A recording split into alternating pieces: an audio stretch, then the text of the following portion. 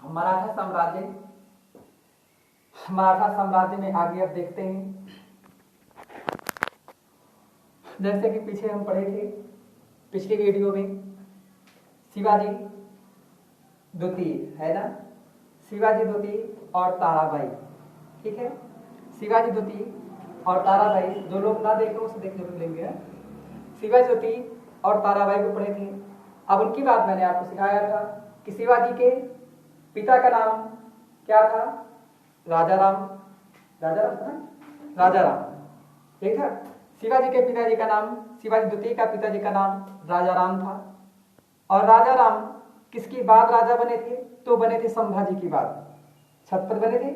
लेकिन वो संभाजी को किसने नष्ट कर डाला था? औरंगजेब ने। और पूरे संभाजी के समय में ही पूरे मराठा साम्राज्य को अपने मुगल सल्तनत में मिला लिया था। लेकिन हमने आपको सिखाया था कि मराठा साम्राज्य का जो है संभाजी है, संभाजी की पत्नी येसुबाई और उनका अल्पवयस्क पुत्र है, छोटा पुत्र जो अभी बहुत छोटा है, उसका नाम साहूजी है। क्या नाम? साहूजी। इन दोनों को औरंगजेब उठा ले जाता, उठा करके अपनी जेल में फेंक देता है, ठीक। तो वही साहूजी, अब हम देखेंगे, कड़ी को जोड़ना है।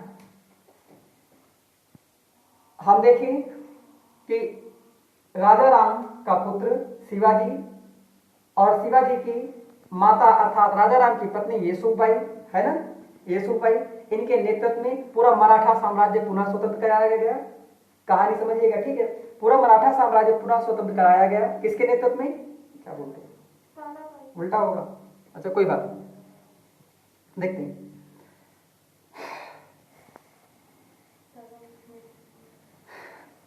थोड़ा सा गलती हुई। तो राजाराम के बाद शासक कौन बना? राजाराम के बाद शासक बना शिवाजी द्वितीय, ठीक है। शिवाजी द्वितीय के बाद शासक कौन बना? साहूजी ना, यानी शिवाजी द्वितीय जो था, शिवाजी द्वितीय की माता का नाम क्या है? ताराबाई। क्या है? ताराबाई। जो पत्नी किसकी है? राजाराम की, यानी राजाराम की पत्नी ताराबाई, ठीक है, और उनका पुत्र शिवाजी, ये दोनों शासन कर रहे हैं, ठीक। एक प्रकार से पेपर में इंपॉर्टेंट है, शिवाजी द्वितीय का संरक्षिका कौन थी? उसका आंसर याद रखना होगा, ताराबाई, ठीक। ताराबाई, इन्होंने मिलकर के पूरे मराठा साम्राज्य को पुनः जीवंत किया, अर्थात स्वतंत्र कराया, ठीक है। तो सोचो, औरंगजेब की मृत्यु हो रही 1707 में, कब? 1707 में, ठीक है। और औरंगजेब के बाद मुगल सम्राट बन रहा है, उसका नाम बहादुर शाह है। क्या है? बहादुर शाह। ये मुगल सम्राट बन रहा है, बहादुर शाह बन रहा है। बहादुर शाह प्रथम भी इसको कहते हैं, जैसा कि हम पीछे पढ़ चुके हैं ना। तो जो बहादुर शाह है ये बन रहा। तो बहादुर शाह का एक पुत्र है, उसका नाम आजम शाह। क्या नाम? आजम शाह, ये है। और हम समझते हैं शुरू से साहू जी के विषय में हम जानकारी लेते हैं। तो देखो, पहली बात तो साहू जी के जो है शासन काल होता है 1707 से लेकर के 1749 तक। कब तक? 1707 से लेकर 1749 तक साहू जी का शासन काल होता है। साहू जी के पिता का नाम क्या है? साहू जी के पिता का नाम संभाजी है ना। इनकी माता का नाम येसुबाई। क्या नाम? येसुबाई। ये साहू कारागार में रहता है कितने साल? तो कारागार में पेपर में आया है, याद रखना। कारागार में ये 17 साल 6 महीने रहा। कितने से? 17 साल 6 महीने रहा। कौन कौन? साहू और येसुबाई। क्योंकि आप जानते हैं संभाजी को हराने के बाद, यानी समाप्त कर देने के बाद, औरंगजेब इन दोनों को टांग ले गया था और कारागार में डाल दिया था। कोई समस्या? ध्यान रखेंगे। जब कारागार में डाल दिया तो माता को अलग, यानी येसुबाई को अलग कर दिया और पुत्र को अलग डाल दिया, ठीक। जिसमें से जो ये साहू जी छोटा था, इसकी देखरेख और पालन पोषण, इंपॉर्टेंट नाम है जीनत उल निसा। कौन? जीनत उल निसा, ठीक है। नेट आदि की परीक्षा में कुछ और नहीं आता, छोटी परीक्षा में ये सवाल नहीं आते। नेट आदि की परीक्षा में यही आता है कि साहू जी को जेल कारागार में पालन पोषण किसने किया था। आंसर समझ जाएंगे? हाँ, नेट परीक्षा में यही चीजें हैं जो यहाँ नहीं पढ़ना उसी पढ़ना है, और पढ़ना क्या है, आप विस्तृत पढ़ लो सब कुछ लग जाएगा। ठीक, तो ये तो नेट वगैरह में ऐसे सवाल पूछे जाते हैं। ठीक है, तो जीनत उल निसा, जीनत उल निसा ने साहू जी का कारागार में पालन पोषण किया था। ठीक है, और जीनत उल निसा ये थी कौन, तो जीनत उल निसा ये पुत्री थी औरंगजेब की। किसकी? औरंगजेब की। ध्यान देना होगा, आप कितने भी स्ट्रिक्ट हो, आप कितने भी दयावान हो, ये सब निर्भर करता है अपनों पर। समझ पा रहे हैं? आप देखते हैं औरंगजेब जिंदा पीर कहा जा रहा है, लेकिन उसकी पुत्री, अगर जिंदा पीर की पुत्री अगर ठीक ठाक होती, वैसे ही नेचर होते, तो क्या ऐसा करती है? नहीं। उसी तरह हम आपको पढ़ा चुके हैं, फिर से पढ़ाएंगे। प्राचीन भारत में मौर्य वंश पढ़ा। मौर्य वंश के ठीक पहले मगध साम्राज्य पर बैठा था नंदवंश। कौन? नंदवंश। जो नंदवंश का क्रूर, निर्दयी, पागल, जाहिल यही तरह रहा। ठीक है, उसका नाम धनानंद था। क्या? धनानंद। धनानंद भी पूरी तरह से क्रूर रहता है। ठीक है, चंद्रगुप्त तो नाम के व्यक्ति को पा जाता, उठा के चीर के खा जाता है। समझ पा रहे? ये इतना सारा, लेकिन धनानंद अगर हारा तो कैसे? उसमें महत्वपूर्ण भूमिका उसकी एक पुत्री थी, उसका नाम दुर्धरा था। क्या था? दुर्धरा। ठीक है, अर्थात धनानंद की पुत्री दुर्धरा थी। दुर्धरा ने चंद्रगुप्त मौर्य का कदम कदम पर, जगह जगह पर साथ दिया। ठीक है, अगर कहीं पर भी नगर के अंदर प्रवेश करना है, दुर्ग में प्रवेश करना है, तो चंद्रगुप्त, चाणक्य ये सब पकड़ जाते थे, लेकिन दुर्धरा सामने खड़े हो जाती, सैनिकों की हिम्मत नहीं पड़ती, क्योंकि राजकुमारी है ना, तो जिधर चाहती उधर लेकर जाती। इस प्रकार से धनानंद को पराजित किया गया। ठीक है, और ये भी एक कूटनीति है, अपनों को ही अपने के खिलाफ कर दो, ये कूटनीति है। ठीक है, चाणक्य इसमें फेमस थे, यही चाणक्य नीति आज चलती है। ठीक है, आज देखो उसी तरह यहां पर है, पालन पोषण किसने किया? जीनत उल निसा ने। ठीक, अर्थात पाल रहे हैं इनको, इन्होंने इनका पालन पोषण किया। याद रखना, जीनत उल निसा कौन थी? औरंगजेब की पुत्री थी। याद रखेंगे? ठीक है, अब साहू जी को जब 1707 में औरंगजेब की मृत्यु हो जाती है, तो उसके बाद राजकुमार आजम, कौन? राजकुमार आजम शाह। याद रखना होगा, कौन नाम? राजकुमार आजम शाह, जो औरंगजेब के पुत्र बहादुर शाह प्रथम, वही बहादुर शाह प्रथम जिसका मूल नाम मुअज्जम है ना, मुअज्जम, ये इसका पुत्र है।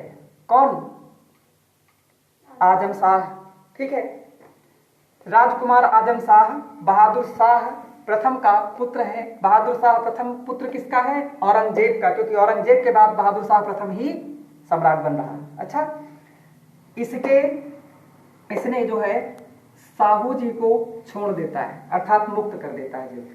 समझ पा रहे हैं? अभी माता जी को नहीं किया इसके, अर्थात यशोबाई को नहीं किया, केवल इसको किया। ठीक है, तो ध्यान देना होगा, साहू जी को मुक्त किया, साहू जी करेंगे का। अब साहू जी मुक्त होने के बाद जंगल में थोड़े घूमेंगे। समझ पा रहे हो? कि पता लगे जो उन्हें हरा ही छोड़ दिए गए तो ख्यात चलेंगे यहाँ होगा। समझ पा रहे ना? तो गड़बड़ नहीं। ये अब छूटे तो गए कहाँ? जैसे हरा हवा छूटे तो घर पे जाते हैं ना, उसी तरह ये छूटते तो कहाँ गए? अपने घर। घर कहाँ इनका? मराठा साम्राज्य। बात समझ पा रहे हो आप? बात समझ पा रहे हैं? इससे ज्यादा देहाती नहीं हो सकता। ठीक है, मराठा साम्राज्य, मराठा साम्राज्य को जो कूच करते हैं शिवाजी, क्या नाम है? साहू जी मराठा साम्राज्य पहुंचे, तो मराठा साम्राज्य पे आप पीछे पड़ चुके हो। राजा कौन है? शिवाजी द्वितीय, है ना, उनके नेतृत्व में, नेतृत्व कौन कर रहा? ताराबाई। समझ पा रहे हो? तो ताराबाई के नेतृत्व में पूरा मराठा साम्राज्य क्या हुआ था? उदित हुआ था, अर्थात पुनः स्वतंत्र हुआ था। नहीं हुआ था? हुआ था।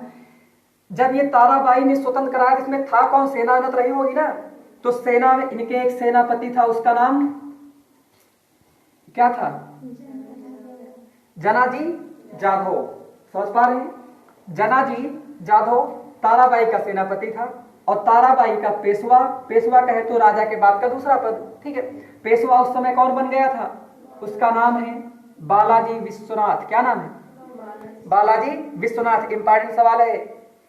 मराठा साम्राज्य का प्रथम पेशवा कौन बना स्वतंत्र रूप से? उसका होगा बालाजी विश्वनाथ। ठीक, बालाजी विश्वनाथ,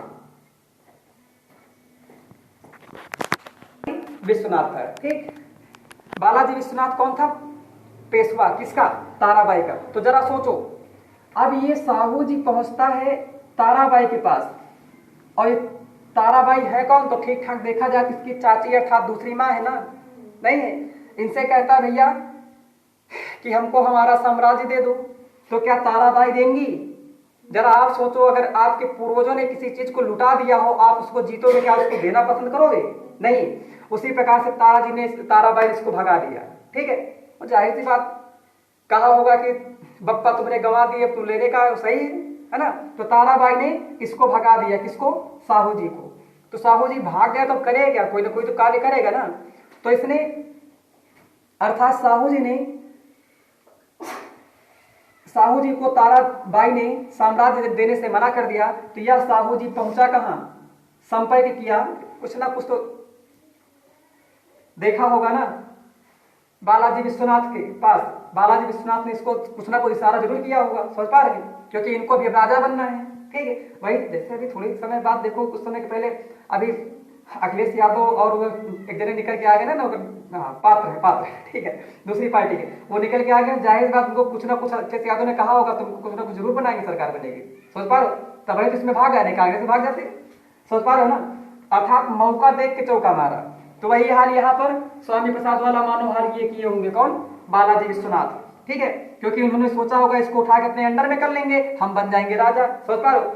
तो उसी तरह इसको कुछ ना कुछ जरूर कहा होगा। तो इसने संपर्क साधा किससे, बालाजी विश्वनाथ से। और बालाजी विश्वनाथ कौन है, ताराबाई के पेशवा है, अर्थात राजा के बाद प्रमुख पद। जैसे अभी महामहिम राष्ट्रपति जी हैं, उनके प्रधानमंत्री मोदी जी हट जाए, कोनो काम के नहीं, समझ पा रहे हो ना। जैसे मंदिर में घंटा वाला बजा वाला हवा ने कौन काम समझ पा रहे ना, कोई काम का नहीं। तो उसी तरह यहाँ पर भी, तो ये चले गए, इनसे संपर्क किया। तो इस संपर्क करने के बाद अर्थात साहू जी और बालाजी विश्वनाथ मिल गए, क्या हुए, मिल गए। और जब मिल गए तो सोचे कि आगे करेंगे, जैसे स्वामी जी से कहा होगा अखिलेश यादव ने, तुम ही अकेले आओगे, तुम हम काम करेंगे, कहे होंगे नहीं, पूरी फौज लेकर के आएंगे, समझ पा रहे हो ना। उसी तरह बालाजी विश्वनाथ ये अकेले नहीं आए, इनसे बात हुई होगी इनसे, तो कहे होंगे हम अकेले थोड़े आएंगे, पूरी फौज लेकर के आएंगे। फौजवा क्या करेंगे, कहें ये पूरी रखी है, कहें तुम फौज ही बात को पूरी सेनापति है उठा लाएंगे, समझ पा रहे हो ना। अर्थात बालाजी विश्वनाथ स्वयं तो वह हैं जो सेनापति था जनाजी जाधव, इसको भी उठा लाए। अर्थात देखा जाए तो अभी तक ताराजी मजबूत थी, लेकिन अब मजबूत कौन हो गया, साहू जी। बात समझ पा रहे हैं। साहू जी के पास न सेना थी, ना कोई बेचारा अकेले बाबर की तरह टहलता हुआ व्यक्ति था, लेकिन इसके पास पेशवा भी हो गया और पूरी सेना भी आ गई। ताराबाई तो अकेले बची ना, लेकिन अब शासिका है, कैसे जाने देंगे, समझ पा रहे हैं, लड़ेंगे अंतिम सांस तक। तो अब ये सब मिल करके करा देते हैं लड़ाई, कौन सी, आंसर होगा आपका खेड़ का युद्ध। कौन सा, खेड़ का युद्ध, इंपॉर्टेंट सवाल है। खेड़ का युद्ध होता है, खेड़ का युद्ध हुआ कब, खेड़ का युद्ध होता है 1707 और 8 में, ठीक। कहीं 1707 है, कहीं 1708 है, आपके पास ऑप्शन में जैसे आए आप देख लेना, ठीक है। तो खेड़ का युद्ध कब हुआ, 1707-8, ठीक है। कौन सा युद्ध, खेड़ का युद्ध, किसके मध्य, आंसर होगा आपका साहू जी और ताराबाई। ताराबाई के साथ कौन है, शिवाजी द्वितीय भी तो है ना, समझ पाए इतनी बात। आगे देखो, जिससे ताराबाई ने देखा सारे अपने तो चले गए, सही ना, क्योंकि अपनों क्या चाहिए, मलाई चाहिए, है कि। तो ये चले आए। तो इससे ताराबाई ने लड़ा तो, लेकिन ये विवश होकर, परेशान होकर के, अर्थात एक प्रकार से हारी मानकर चली गई। कहां, पन्हाला। कहां चली गई, पन्हाला किला की ओर चली गई। और जाते जाते पहुंच गई कहां, आगे बढ़ करके कोल्हापुर पहुंच गई। कहां, कोल्हापुर। और कोल्हापुर भी कहां, महाराष्ट्र में ही है। वहां जाकर के शिवाजी द्वितीय और ताराबाई दो के दोनों जाकर रहने लगते हैं। यहाँ की जनता इनको अपना शासक मान लेती है, समझ पा रहे हैं। क्योंकि आप अगर सच्चाई के साथ किसी चीज को जीतो तो दुनिया में चाहे जो भी पूरा साम्राज्य तुम्हारे खिलाफ नहीं होगा, ठीक है, कोई ना कोई तुम्हारा साथ जरूर देगा। तो वही हाल यहाँ पर है, ठीक। अब आप देखेंगे यहाँ से मराठा साम्राज्य का विघटन शुरू हुआ, ठीक है।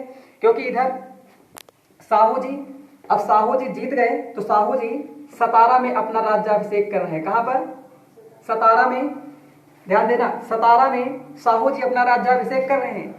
तो यहाँ कोल्हापुर में भी तो राज्याभिषेक चलेगा, कोल्हापुर में भी राज्याभिषेक चलेगा। इस प्रकार से देखा जाए तो कोल्हापुर में सतारा यानी ताराबाई के वंशज आगे बन जाएंगे। ठीक, समझ पा रहे हैं, ताराबाई के वंशज, और सतारा में साहू जी के वंशज। इस प्रकार से पूरा मराठा साम्राज्य 2 भागों में बट गया। ठीक, इस प्रकार से अभी अंततः हम देखेंगे 4-5 भाग बटेंगे जो वर्तमान में राजनीति में सक्रिय हैं, वो देखेंगे। चलो अब साहू जी जीत गए ना। अब साहू जी जीत गए तो सोचो मदद से किसकी जीते? बालाजी विश्वनाथ के। तो क्या आप ये नहीं समझ सकते हो कि बालाजी विश्वनाथ जो कहेंगे वो करना पड़ेंगे? नहीं, आप जरा सोचो, जिसको जो है, यदि बालाजी विश्वनाथ इनको बनाने की औकात रखता है तो इनको बर्बाद करने की औकात रखता है? नहीं रखता। तो उसी प्रकार से पेशवा के अधीन हो गए, यानी साहू जी किसके अंडर में हो गए? पेशवा के, क्योंकि अब पेशवा बालाजी विश्वनाथ जो कहेगा वो करेगा। ये महत्वपूर्ण सवाल है कि छत्रपति वह कौन सा ऐसा छत्रपति था जो सर्वप्रथम पेशवाओं के अधीन हुआ? आंसर होगा साहू जी। कोई समस्या? साहू जी। ठीक है, अब साहू जी केवल राजा नाम मात्र के हैं, वही जैसे पीछे लंपट मूर्ख उनका पढ़ो ना तुमने, पगलवन का फर्रुखसियर ऐसा पहला किंग था जो क्या बना था? सैयद बंधुओं के नेतृत्व बना था ना। ये जैसे गणित का है ना, कुछ कहा जाता है। ठीक है, तो ये जो है साहू जी से कह करके, अर्थात साहू जी किसके? बालाजी विश्वनाथ के कहने पर एक नया पद बनाते हैं। कौन सा पद? नया पद। वही हाल है जैसे अपने यहाँ उत्तर प्रदेश की राजनीति में देखोगे, बाबा जी थे, है ना। बाबा जी, ऐसा ना हुआ जो है दुल्हनिया हमरे जो रथ की पहिया है अपनी पावर की जरूरत, तो हमारी रथवा टूट जाएगा। समझ पा रहे हो? तो कहा एक काम करते, तुझे देख हम उप मुख्यमंत्री बना देते हैं। समझ पा रहे हो ना? वही तरह यहाँ पर कहा सारा काम तुम देखोगे, बस खाली हमका राजा बने रहा दियो, है ना। तो राजा बने रहा, तो राजा बने, तो एक पद नया बनाया। आंसर कौन सा पद? सेना करते। कौन सा? सेना करते। इसका अर्थ होता है सेना का संगठन करने वाला, संगठित करने वाला। जरा सोचो, अगर साहू जी होते और इनके यहाँ बालाजी विश्वनाथ ना होते तो क्या साहू जी के पास सेना मिल पाती? नहीं ना। पूरी सेना को संगठन करने वाला, तो वही उसका नाम है सेना करते। क्या नाम है? सेना करते। सेना करते पद किसने सृजित किया? आंसर होगा साहू जी ने। ठीक है, इनकी विशेषता क्या है? अब तो सेना करते पर प्रथम व्यक्ति बनने वाला कौन था? आंसर होगा बालाजी विश्वनाथ। समझ जाएंगे। और ये बालाजी विश्वनाथ अब पूरी तरह से मराठा साम्राज्य को कौन चलाएंगे? पेशवा चलाएंगे। कौन? पेशवा। ठीक है, तो पेशवा चलाएंगे, जिनमें से अब बालाजी विश्वनाथ को हम आगे पढ़ेंगे, लेकिन जान लेते थोड़ा सा। तो मुगल दरबार में राजा बना है फर्रुखसियर। ठीक, कौन? फर्रुखसियर बनाया किसने? तो मुगल दरबार में 2 गद्दार हैं, सैयद बंधुओं का नाम क्या क्या है आप बता सकते हैं? सैयद बंधुओं का नाम क्या क्या है? हाँ, बहुत बढ़िया।